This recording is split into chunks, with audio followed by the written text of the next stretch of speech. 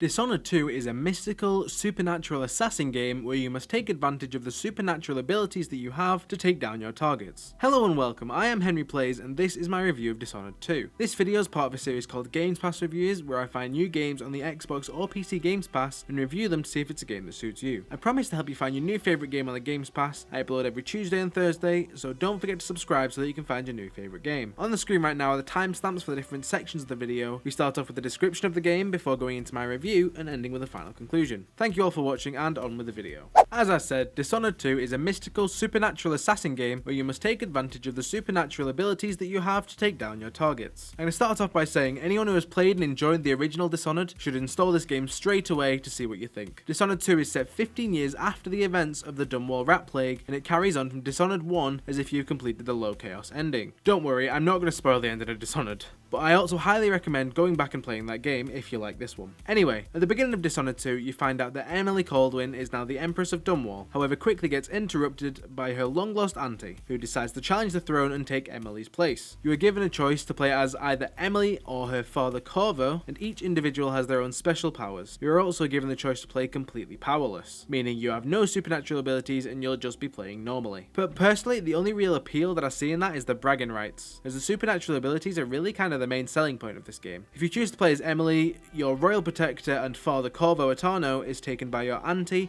and his powers are stripped from him. You spend a big chunk of this game hunting down your auntie and finding your father. I'm not going to spoil anything, however, I do wish to tell you about the gameplay. Anyone that has played Dishonored 1 will know how fun and smooth it is to traverse Dunwall using your supernatural abilities. They'll also know that it is possible to play this game in many different ways. No two playthroughs that you do will ever be the same. The main two ways that the game measures your approach is by your chaos level and your stealth ability. If you decide to run through the streets killing everyone very loudly and obnoxiously, you'll be given a high chaos title and your ending will be different from someone that has a low chaos game. Before I accidentally spoil anything, I'll quickly get into the review. Like always, I'm going to start off by talking about the positive points before moving on to the negative ones. Firstly, no two playthroughs will ever be the same, whether you pick up a certain note that gives you extra information or you decide to play stealthily whilst not killing anyone. It is impossible to come back to this game and play it exactly the same way as you did previously. There are also loads of different ways to approach any single situation in any level. In one level, you may choose to go and talk to the black market dealer and buy some extra equipment, but that dealer owes the wrong people some money and he gets attacked. You can choose to help him or just leave him be. You can choose to upgrade your supernatural abilities by finding runes and bone charms, or you can just run through the game au naturel with no abilities whatsoever. There are so many different options to choose from and it really helps with the replayability of this game. Another positive point about this game is that the game itself and the artwork is absolutely beautiful. I don't know of any other games that really share the same art style as Dishonored. The closest game that I can really think of is Half-Life, and it doesn't really compare because Half-Life 2 is 16 years old. But the dreariness of everything along with the bright colours of the new city really pushed the boat out even further on the graphical design.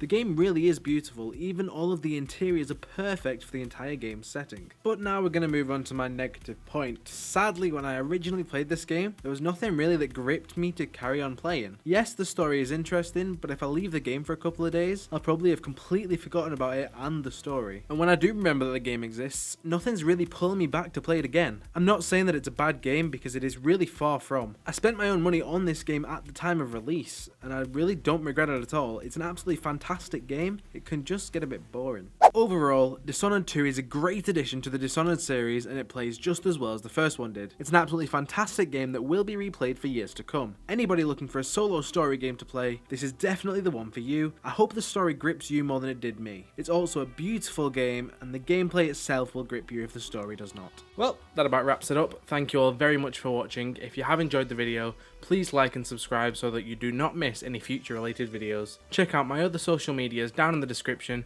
and comment down below any questions or queries that you may have. Thank you all very much for watching. Have a great day. Ciao.